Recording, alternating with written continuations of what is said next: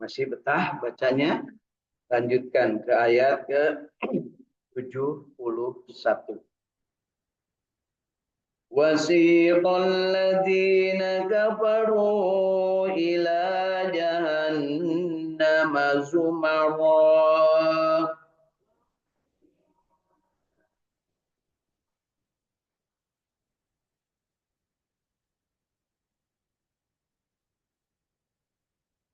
hatta idza ja'uha futihat abwabuha wa qala lahum khajanatuha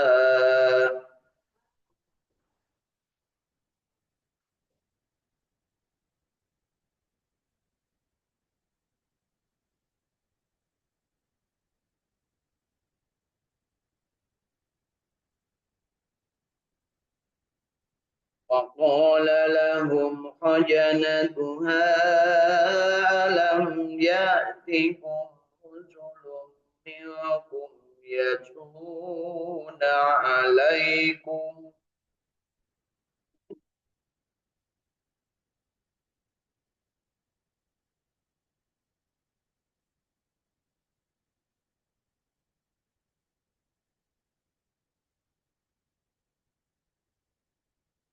ألم يأتكم رسل منكم يتلون عليكم آيات ربكم وينذرونكم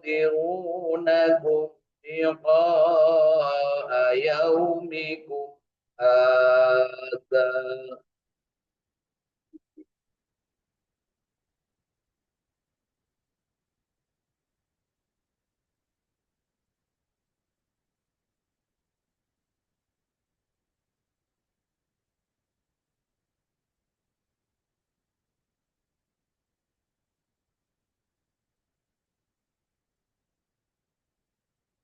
قالوا بلى ولكن حقت كلمة العذاب على الكافرين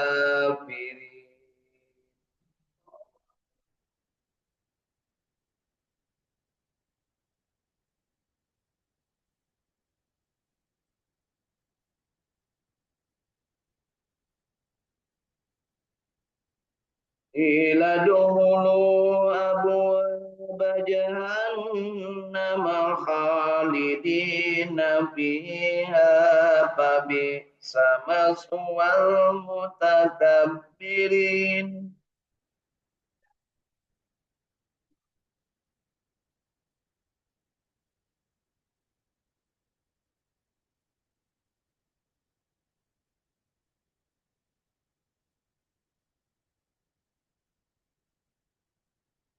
وسيق الذين اتقوا ربهم إلى الجنة زمرا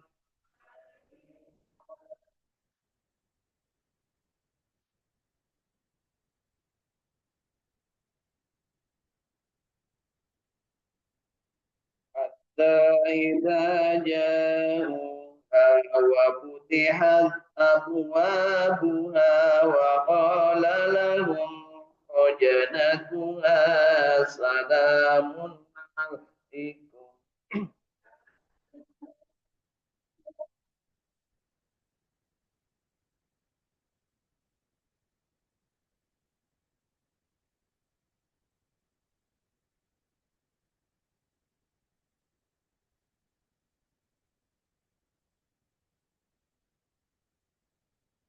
وقال لهم خزنتها سلام عليكم طبتم فادخلوها خالدين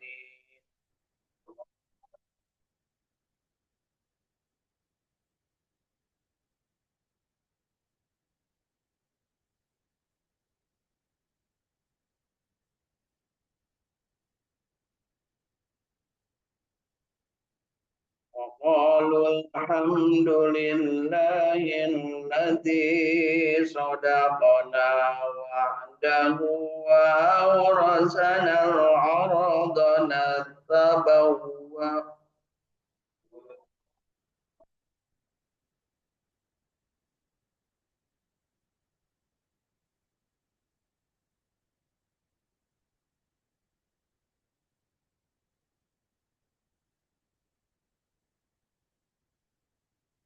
wa qalul hamdulillahilladzi sadaqana wa'dahu wa awrasana al-ardha tabawwa'u minal jannati haitsu nasa.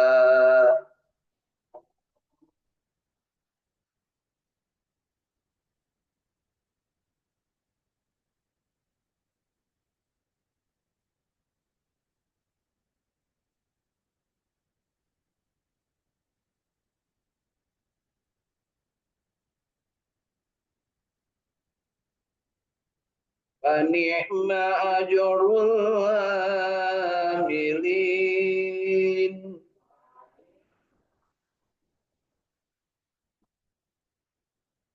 وترى الملائكة حافين من حول العرش يسبحون بحمد ربهم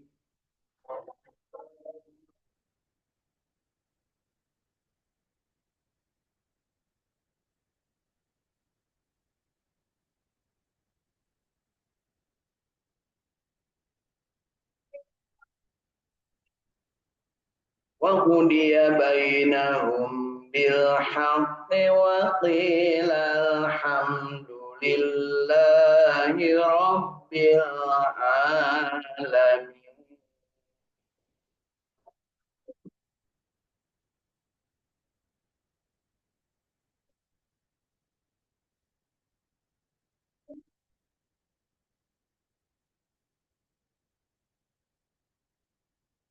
وقضي بينهم بالحق وقيل الحمد لله رب العالمين.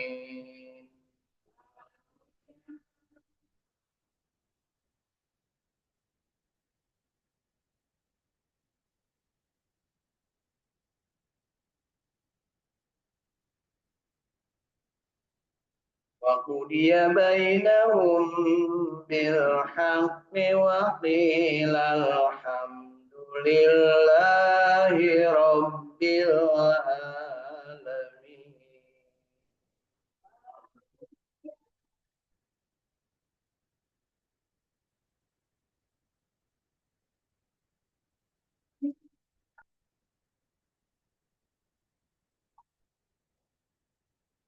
صدق الله العظيم.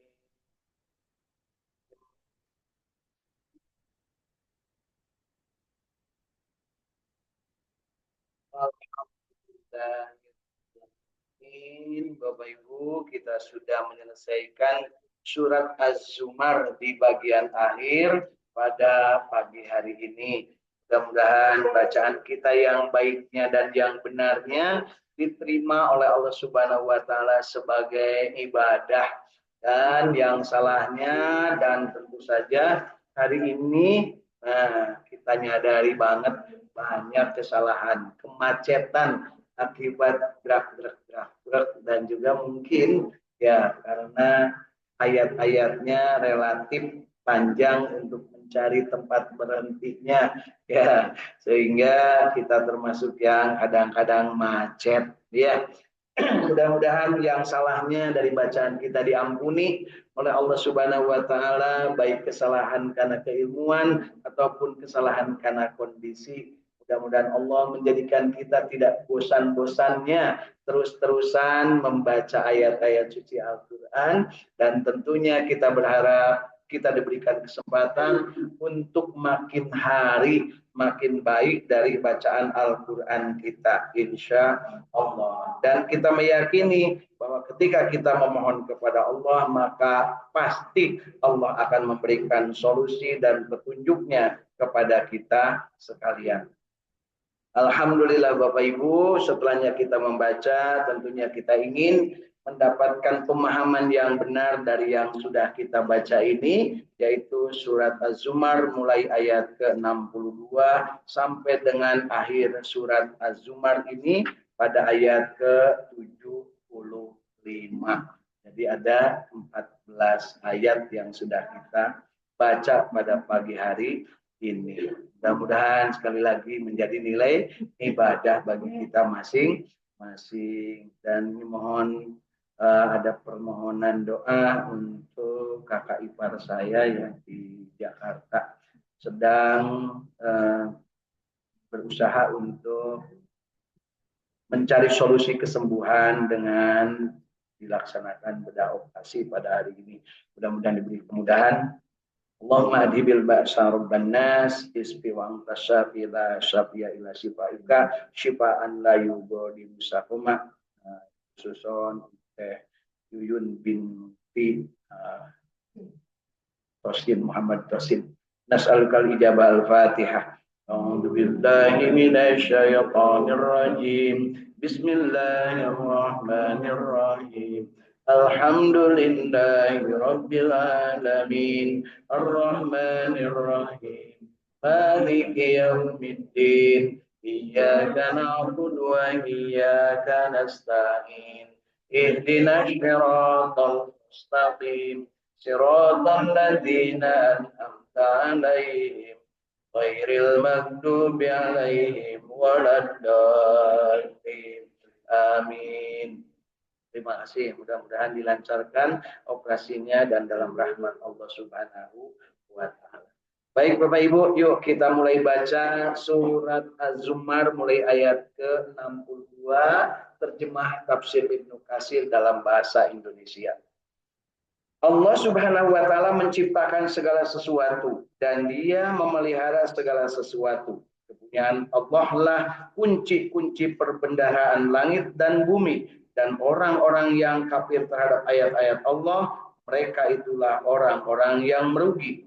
Katakanlah, maka apakah kamu menyuruhku beribadah kepada selain Allah? Hei orang-orang yang tidak berpengetahuan. Dan sesungguhnya telah diwahyukan kepadamu dan kepada nabi-nabi sebelummu. Jika kamu mempersekutukan Allah, niscaya akan hapus amalmu. Dan tentulah kamu termasuk orang-orang yang merugi. Karena itu maka hendaklah Allah yang kamu ibadahi. Dan hendaklah kamu termasuk orang-orang yang bersyukur. Jadi Bapak Ibu, penegasan dari Allah Subhanahu wa taala kepada Nabi Muhammad untuk menyampaikan kepada orang-orang yang kafir bahwa apa yang mereka sembah tidak akan mampu memberikan pertolongan, tidak akan mampu memberikan solusi, apalagi memberikan sesuatu yang menjadikan mereka menjadi bahagia dan sejahtera. Ya. Kemudian di ayat berikutnya, di ayat ke-67. Dan mereka tidak mengagungkan Allah dengan pengagungan yang semestinya. Padahal bumi seluruhnya dalam penggenggaman Allah pada hari kiamat dan langit digulung dengan tangan kanannya. Maha suci Allah yang maha tinggi. Dialah yang dari apa yang mereka persekutukan. Jadi penegasan Allah Subhanahu wa taala tentang kejadian yang akan dihatang di hari kiamat. Kemudian Allah menyebutkan langit dan bumi itu akan digulung. Artinya apa? Selain itu tidak ada yang berkuasa. Tapi mengapa mereka menyembah kepada berhala, kepada sesuatu yang diciptakan Allah, kepada makhluk? Ya, itulah kemurkaan Allah kepada orang-orang yang musyrik atau orang yang mempersekutukan Allah. Lanjut ke ayat 78 ke-68. Dan ditiuplah sangkakala, maka matilah siapa yang ada di langit dan di bumi kecuali siapa yang dikehendaki Allah. Kemudian ditiup sangkakala itu sekali lagi, maka tiba-tiba mereka berdiri menunggu keputusannya masing-masing. Dan terang benderanglah bumi di padang mahsyar dengan cahaya keadilan Allah. Diberikanlah kitab perhitungan perbuatan masing-masing manusia, didatangkanlah para nabi dan saksi-saksi, dan diberi keputusan di antara mereka dengan adil, sedang mereka tidak dirugikan. dan disempurnakan bagi tiap-tiap jiwa balasan apa yang telah dikerjakannya, dan Dia Allah lebih mengetahui apa yang mereka kerjakan. Subhanallah, Bapak Ibu ya. Kita harus paham bahwa Allah akan mengumpulkan semua makhluk dan di situ akan diadili semuanya, ditimbang dalam mizan dan dihisab. Ya, masing-masing akan mendapat giliran. Ya, apakah Bapak Ibu mendapat giliran atau tidak? Pastinya. Orang-orang kafir dibawa ke neraka jahanam berombongan-rombongan, sehingga apabila mereka telah sampai di neraka, dibukakanlah pintu-pintunya dan berkatalah kepada mereka para penjaga neraka, apakah belum pernah datang kepadamu rasul-rasul di antaramu yang membacakan kepadamu ayat-ayat Tuhanmu dan memperingatkan kepadamu akan penemuan atau pertemuan hari ini? Maka mereka menjawab, benar telah datang. Tetapi telah pasti berlaku ketetapan azab terhadap orang-orang yang kafir. Dikatakan kepada mereka, masukilah pintu-pintu neraka jahanam itu, sedang kamu kekal di dalamnya. Maka neraka jahanam itulah seburuk-buruk tempat bagi orang-orang yang menyombongkan diri. Na'udzubillah. Jadi penegasannya, mereka ditanya, apakah tidak pernah didatangin Rasul dan diberi peringatan? Mereka jawab, pernah, tapi aing baong, ya kan gitunya. Tidak ada kasar, ini aing baong, namun aing baong tidak kasar. Aing baong, jadi rada lembut gitu. Baik Bapak Ibu, kita lanjutkan ke ayat ke-73. Dan orang-orang yang bertakwa kepada Tuhannya dibawa ke surga. Amin. Berombongan-rombongan pula, sehingga apabila mereka sampai ke pintu surga, sedang pintu-pintunya telah terbuka, dan berkatalah kepada mereka para penjaga surga, kesejahteraan dilimpahkan atasmu, berbahagialah kamu, maka masukilah surga ini, sedang kamu kekal di dalamnya. Dan mereka mengucapkan, segala puji bagi Allah yang telah memenuhi janjinya kepada kami dan telah memberi kepada kami tempat ini, sedang kami diperkenankan menempati tempat dalam surga di mana saja kami kehendaki. Maka surga itulah sebaik-baik balasan bagi orang-orang yang beramal. Masya Allah ya. Bapak Ibu kira-kira masuk rombongan pertama apa rombongan kedua? Yang kedua, hayang naknya kalau Tuhan si ganut hayang karomongan anuka dua. Baik, ayat terakhir dari surat Az-Zumar. Dan kamu Muhammad Sallallahu Alaihi Wasallam akan melihat malaikat-malaikat berlingkar di sekeliling arsy. Mereka bertasbih sambil memuji Tuhan mereka dan diberi putusan di antara hamba-hamba Allah dengan adil dan diucapkan segala puji bagi Allah Rabb semesta alam. Sadaqallahul azim. Jadi Bapak Ibu kalau pengen tahu kalimat yang ada di surga, kalau dilihat dari dari rangkaian ayat ini ada dua kalimat. Kalimat pertama untuk menyambutnya disebutkan kalimatnya salam sejahtera. Ya. Kemudian kalimat yang kedua yang keluar dari para penduduk surga adalah alhamdulillah. Ya. Jadi biasakan Bapak Ibu salam dan alhamdulillah. Begitu ketemu sahabat, ketemu teman atau siapapun dalam reuni atau dalam kumpul-kumpul, yang pertama kali ucapkan salam. Ya, assalamualaikum. Begitu ketemu jangan mengeluh, aduh abdi mah, jangan, alhamdulillah itu Bu ya. Osok itu Bu. Tapi jangan selalu alhamdulillah terus saya mah mah jadi gawe penyakit kita punya. Hanya Bu, kira-kira kalau ada pertemuan, kalau ada sebuah undangan, kalau kira-kira kita bakal mengeluh, nggak usah datang. Ya. Apalagi kalau kita diledek orang atau dibully, mana yang mematak oge ti baheula atau sing bener digawe teh. Kan gitu. Jadi bergaulah dengan orang-orang yang kira-kira mengucapkan salam dan ucapkan Assalamualaikum Bu Haji. Waalaikumsalam. Alhamdulillahnya udah inget orang ini deui nama gitu Bu ya. Lain ini Assalamualaikum Bu Haji cing atuh 100.000. Ya tuh. Atau ngomongin batur kalau banyak bukunya. Nah, itu bila. Jadi yuk kita biasakan belajar dari akhir surat Az-Zumar ini, kalimat yang indah itu adalah salam dan alhamdulillah. Itulah yang dilakukan oleh para penghuni surga. Ya, insya Allah. Dan tentunya kita di dunia ini sangat mudah untuk mengucapkan dua kalimat itu. Assalamualaikum. Assalamualaikum dengan siapapun. Kecuali yang sudah nyata-nyata kita tahu bahwa mereka itu orang kafir. Apa itu orang kafir?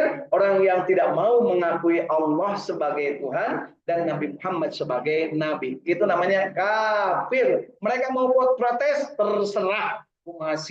Ya. Kenapa? Allah mengajari begitu. Ya. Jangan sampai disamarkan. Ya. Sekarang kan disamarkan. Jadi ada Muslim dan non.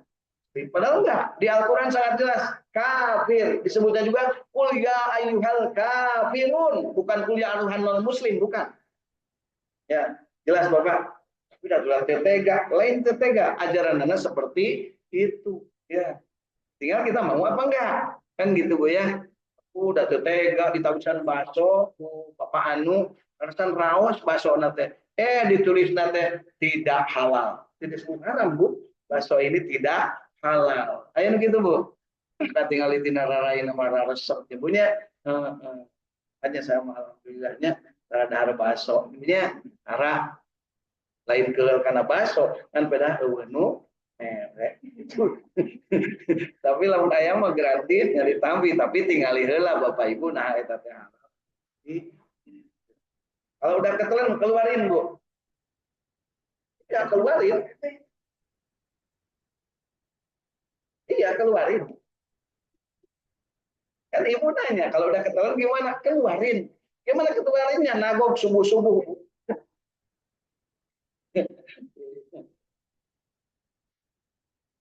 Artinya apa? Cara mengeluarkannya kita diberikan cara. Yang pertama istighfar. Astagfirullahaladzim. Ya Allah udah masuk. Tapi dicontohin Sayyidina Umar sampai disuruh muntah lagi tuh si anak tuh ya, suruh dikeluarkan. Tapi ibu mantu teteganya punya nggak isu-isu nggak bertemu. Yang kemarin masuk keluar semua.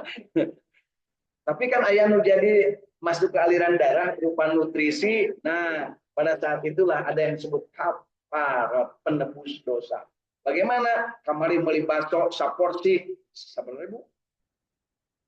50.000 lah aing ngeunah menyebutnya ngeunah aing 10.000 mah eta mah biasa. Nah, 50.000. Nah, keluarin 50.000 ya Allah, keluarin mudah-mudahan ini dibersihkan. Sedekahkeun ka batu. Nah, gitu ya. Tapi jangan lupa kepada orang lainnya ikrar sedekahnya. Ini saya sedekah, saya menebus dosa. Siapa tahu ada yang nggak mau. Tiba-tiba kata ibu teh, ini punten sedekah. Kata Bu Ida teh saya nggak mau kalau untuk menebus dosa. Jadi hati-hati juga Bu dalam bersedekah. Kenapa? Jangan sampai sedekah itu dianggap enteng. Jadi sedekah hanya akan bernilai pahala kalau diberikan dengan hati yang tulus, kemudian diberikan kepada orang yang orangnya sendiri juga bersedia menerimanya. Karena jangan lupa ada orang hebat Bu, yang haram menerima sedekah. Itu orang hebat Bu. Jadi jangan ngamuk Bapak Ibu kalau Bapak Ibu memberikan sesuatu kepada orang lain, menurut kita dia itu orang miskin, kemudian dia menolak punten abdi maten abdi sedekah. Ya. Kenapa? Orang yang tidak menerima sedekah hanya keturunan ahlul bait Nabi. Ya. Jadi lamun ayeuna aya orang turunan bangsa Timur Tengah janggotan ngajar ngemar merake jumlah tapi sedekah berarti eta teh lain turunan Nabi Bu. Turunan Nabi haram menerima sedekah tapi halal menerima hadiah. Jadi mau diberi hadiah, ini hadiah karena saya sudah berbahagia, saya mendapatkan untung besar. Ini hadiah buat Pak Tatang yang telah memberikan jasa dulu membantu bikin KTP. Ya boleh. Tapi saya sedekah, makanya disebut di orang masuk sedekahan. Kuring mah mudahin sedekahan tara datang. Pemuluhan Jumat berkah diterima. Sebab itu tuh sedekah. Kenapa? Masa orang tinggal rekan hidup tina sedekah kan gitu punya. Gimana kalau tidak ada orang yang menerima sedekah? Suatu saat manusia akan terjadi yang bersedekah banyak, tapi tidak akan ada yang mau menerima sedekah. Masuk menerima zakat tidak ada yang mau. Kenapa? Pada saat itu gesdeket karena poe kiamat. Kalau Bapak Ibu pengen tahu siapa yang tidak bersedia menerima sedekah di saat ini, ada nggak? Ada, salah satunya saya. Ya, kenapa? Saya sadar bahwa mungkin saya sebentar lagi akan mati. Ya, jadi orang yang akan mati itu tidak akan menerima sedekah. Pernah nggak ada orang yang mati, mau mati udah sakaratul maut lah. Ini sedekah cenanya mau diterima Bu. Jadi namun Ibu Ayeuna masih kena resep nerima sedekah berarti teh lila kene karena mati jeung teu sadar yen manehna teh bakal orang yang sadar bakal mati dan takut akan kematian, dia akan selalu menjaga diri dari. Ataupun kalaupun sudah telanjur menerima sedekah, maka akan disalurkan kepada orang lain. Ya, apalagi menerima zakat. Irahannya pada nampi zakat deui, wah itu mau bangkrut Bu, jadi model gitu ya. Kenapa? Zakat itu nama Bu, nama kata dasarnya dari apa Bu? Daki, ari daki itu naon Bu? Tai kulit. Ya, tai kulit ya. Daki itu tai kulit. Jadi lamun ayeuna jelema aya nu resep nerima zakat, berarti manehna teh resep nerima tai kulit batu. Aduh, tapi mau itu teuing Pak, kapan diajarkan? Iya, diajarkan, tetapi sebenarnya bukan untuk menjadi penerima zakat. Di dunia ini manusia itu dianjurkan, bahkan wajib hukumnya mengeluarkan zakat. Jadi berharti wajib Bu. Tok menaik protes baik wae nya. Lain ieu mah nerangkeun zakat tapi manehna hayang nerima zakat. Nah, kan aya kitu nya Bapak Ibu bayarkan mah zakat terutama ke saya. Kan gitu punya.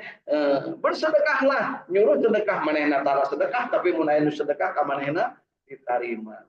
Bagaimana kalau Bapak Ibu menjadi peran yang orang lain percaya bahwa sedekahnya diberikan kepada kita, niatkan umpamanya Pak Teguh ya.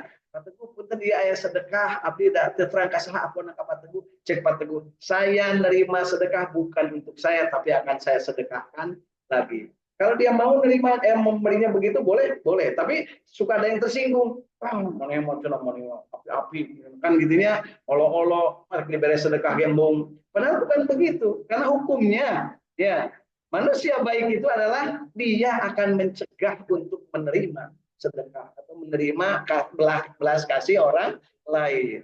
Yang kemarin Bu, cukuplah Allah yang menjadi memberi belas kasihan kepada diri kita. Kenapa? Mohon maaf, orang yang bersedekah tapi kurang iman akan merasa lebih tinggi derajatnya daripada orang yang disedekahi.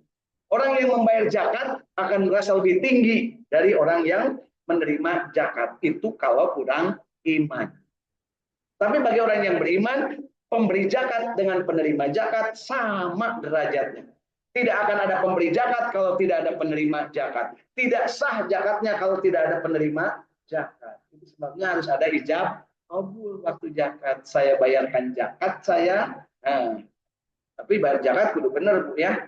Orang kaya seperti Bu Edi bayar zakatnya 2,5 kilogram. Hai lebaran bungkulnya hari emasna teri jakatan, kemudian sapina teri jakatan, dombana teri jakatan, mobilna dauh jakatna mobilnya. Ieu mah disebutnya sapi jeung domba. Mobilna aya 40 mun dijual terus dibisniskeun eta ge kena zakat. Zakatnya bukan zakat mobil tapi zakat bisnis. Tuh ya. Kan yang ada itu zakatnya zakat apa Bu? Perniagaan, kemudian zakat pertanian, kemudian zakat emas, perak. Nah, kemudian ada zakat panenan. Sebenarnya penghasilan nggak ada, ya nggak ada dulunya penghasilan. Yang ada adalah hasil jual beli atau hasil perniagaan atau hasil panen. Kecuali bagi yang numpuk emas, numpuk perak atau numpuk sapi, numpuk kebo. Nah, numpuk domba. Bagaimana kalau sapinya dijual belikan? Tidak nunggu 40 hasil jual beli sapinya yang wajib kena zakat. Itu Bapak Ibu ya. Jadi bagi para penjual sapi, hati-hati Bu ya. Tidak nunggu 40, ini pas sapi 39 gancang dijual jadi tidak kena zakat gitu ya. Mas Ibu begitu lebih dari 85 gram langsung dijual. Nggak usah Bu, pek wae mau 85 kilogram juga. Bayar zakat nanti setahun sekali. Itu pun kalau tidak dipakai emasnya. Tapi kalau dipakai 20 kilogram nggak kena zakat. Itu ya. Nah, jadi Bapak Ibu yang punya perhiasan nggak usah ribet. Ya, nggak kena zakat. Yang kena zakat mah yang disimpan. Artinya yang tidak dipakai, tidak dijadikan barang perhiasan. Jadi barang pakai tidak. Ya, bagaimana kalau penghasilan? Nah, itu disebutnya kias. Kias itu adalah apa? Menyepakati untuk disamakan dengan penghasilan panen. Sehingga muncullah zakat profesi, muncullah zakat penghasilan. Kalau yang penghasilan di atas 6 juta rupiah, maka disebutkan kena wajib zakat. Itu hanya kias. Yang namanya kias tidak pun tidak apa-apa, karena itu hanya kira-kira dari para ulama. Gitu Bapak Ibu ya. Nah, belum pernah dengar Nabi Muhammad SAW terus ada penghasilan dari sahabat kemudian dipotong. Karena waktu itu mah belum ada ASN, belum ada pegawai negeri Bu ya. Kalaupun ada yang digaji dari Baitul Mal itu tidak cukup untuk dijahat, hanya cukup untuk kehidupan sehari